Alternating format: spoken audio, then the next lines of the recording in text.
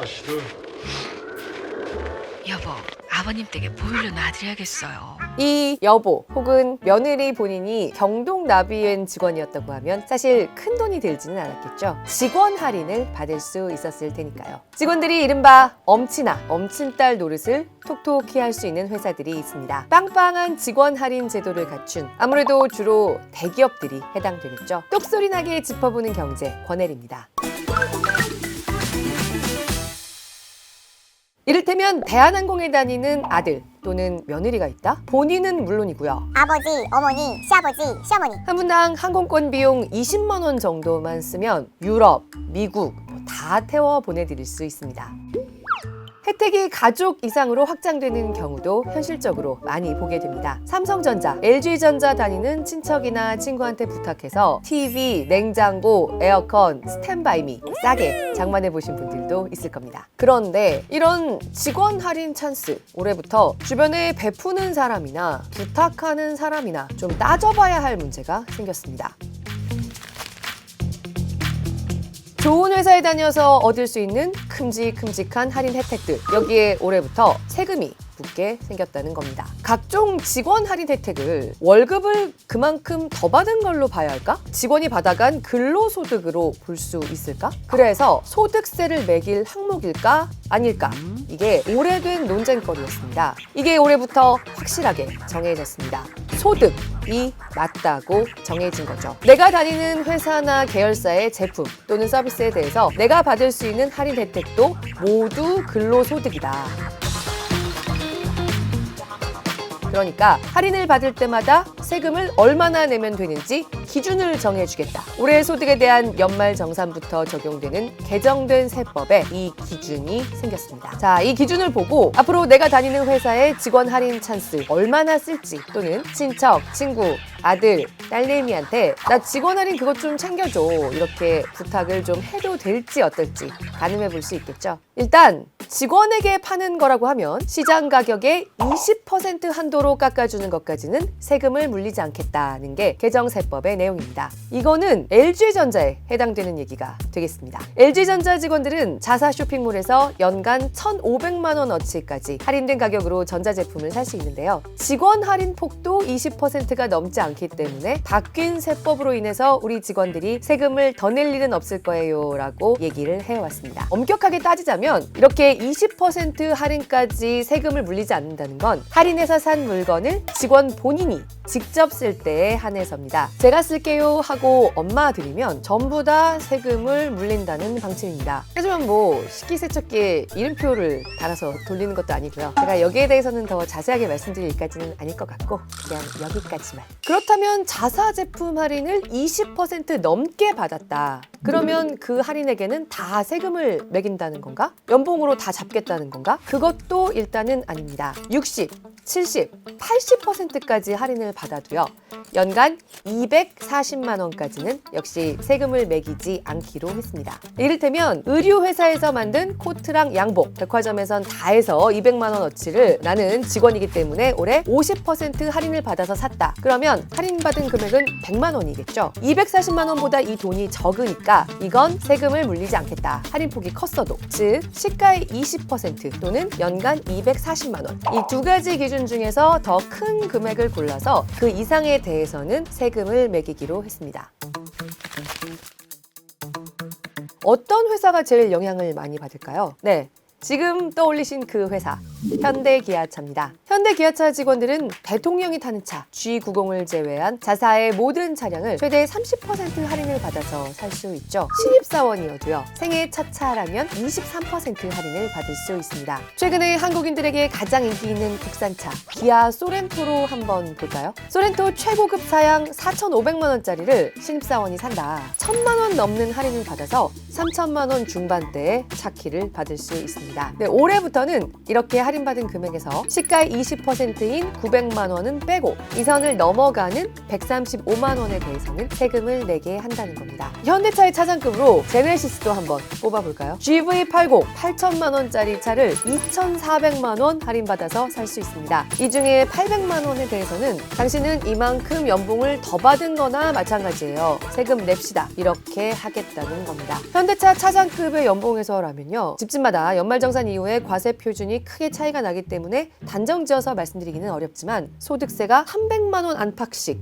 올라갈 수 있습니다. 특히 신경 써야 할게요. 내 연봉이 이 소득세의 세율, 소득세율이 달라지는 구간에 간당간당하게 걸쳐 있다? 현대차 저연차 사원이라면 현실적으로 이 과세 표준이 8,800만 원을 넘어가 버릴 것이냐 말 것이냐 계산을 잘 해봐야 합니다. 차량 할인으로 이 구간을 넘어가 버리면요. 차값 할인받았다고 좋아했는데 거의 그만큼 또는 할인받은 돈보다 세금을 더 내게 되는 경우까지도 가능해집니다.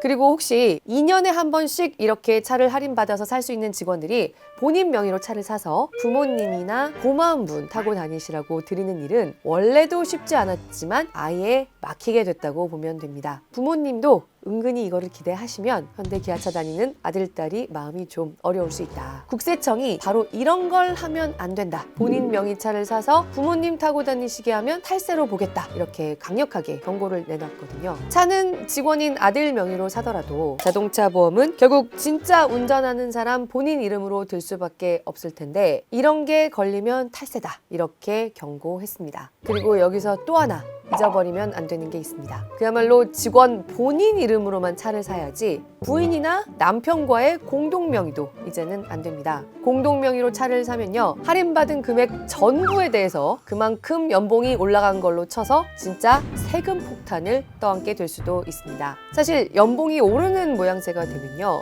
소득세만 오르는 게 아니라 건보료, 고용보험료, 국민연금 같은 것들 다 연동해서 오르죠. 세금만 커지는 게 아니라는 겁니다.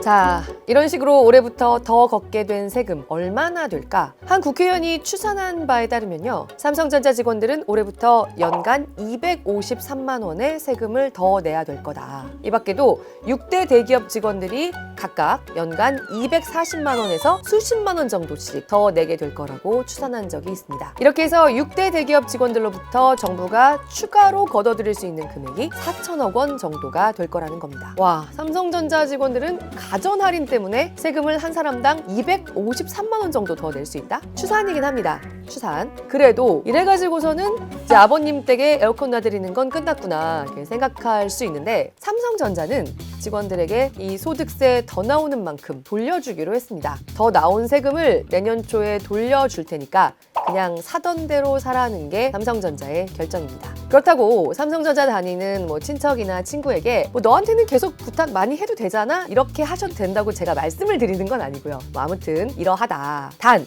이거 한 가지는 꼭 말씀을 드려야 할 것 같습니다. 만약에 삼성전자 다니는 친구를 통해서 산 최신 휴대폰을 2년이 지나기 전에 당근마켓 같은 데 올렸다가는 친구가 아주 곤란해질 수 있다. 직원 할인으로 산 고가의 전자제품은 2년 안에 시장에 나와선 안 됩니다.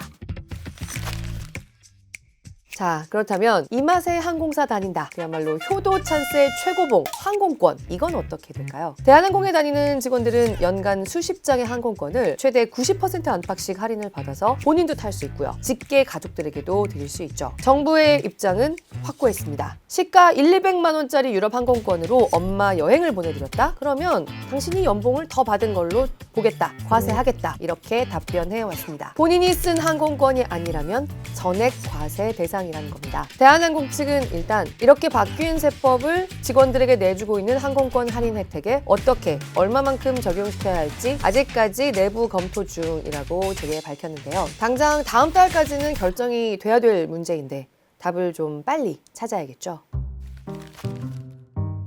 사실 이렇게 법이 바뀐 데는 이유가 있습니다. 직원들이 자기네 회사 제품이라고 과도하게 할인 혜택을 받으면 결국 거기서 발생하는 비용은 누구에게 돌아갈까? 네, 이 회사들을 다니지 않는 사람들이 지불해야 하는 가격에 다 전가된다는 겁니다. 하지만 다른 한편에서 보면요. 대한민국에서 제일 투명한 유리지갑, 세금 매기기 제일 편리한 월급쟁이들의 지갑부터 역시 털어가는구나. 이런 불만의 목소리도 나오고요. 지금까지 말씀드린 이게 큰 회사들만의 일이 아닙니다. 대기업이 아니어도요. 이것저것 생활비에 보태 쓸 수 있는 복지 포인트, 복지 카드 나오는 회사들 많이 있습니다. 이 복지 포인트도 근로소득이다. 그러니까 세금도 매겨야 한다. 건강보험료 계산하는데도 포함시켜야 한다. 올해 초에 대법원 판결이 나왔습니다. 그런데 민간기업은 법이 땅땅 이렇게 못을 박았는데요. 공무원들이 쓰는 복지 포인트는 여전히 이른바 물건비로 봐서요. 소득이 아니라고 봅니다. 그러니까 민간 직장인들처럼 복지 포인트로 의료비도 쓰고 호텔도 예약하고 쓰임새는 똑같은데 공무원들의 복지 포인트는 소득이 아니고 물건비다라는 겁니다. 아무튼 민간 직장인들의 유리 지갑만 다들 점점 더 열심히 들여다보는 것 같은 느낌은 좀 있죠. 실수하지 않으려면 우리가 알아둬야 하는 건 직원 할인을 받아서 비싼 가전, 자동차 이런 거 샀으면 2년 안에는 되팔지 말자. 옷 같은 것도 1년 안에는 당근에 내놓지 말자. 내가 할인받는 금액이 많이 큰 것 같으면 내가 과세 표준의 그 층이 바뀌는 구간에 걸려 있는지 확인을 좀 해봐야 한다. 알았다. 그런데 도대체 과세 표준이란 건 무엇인가? 이거는 다시 한번 똑소리 나게 정리해 보겠습니다.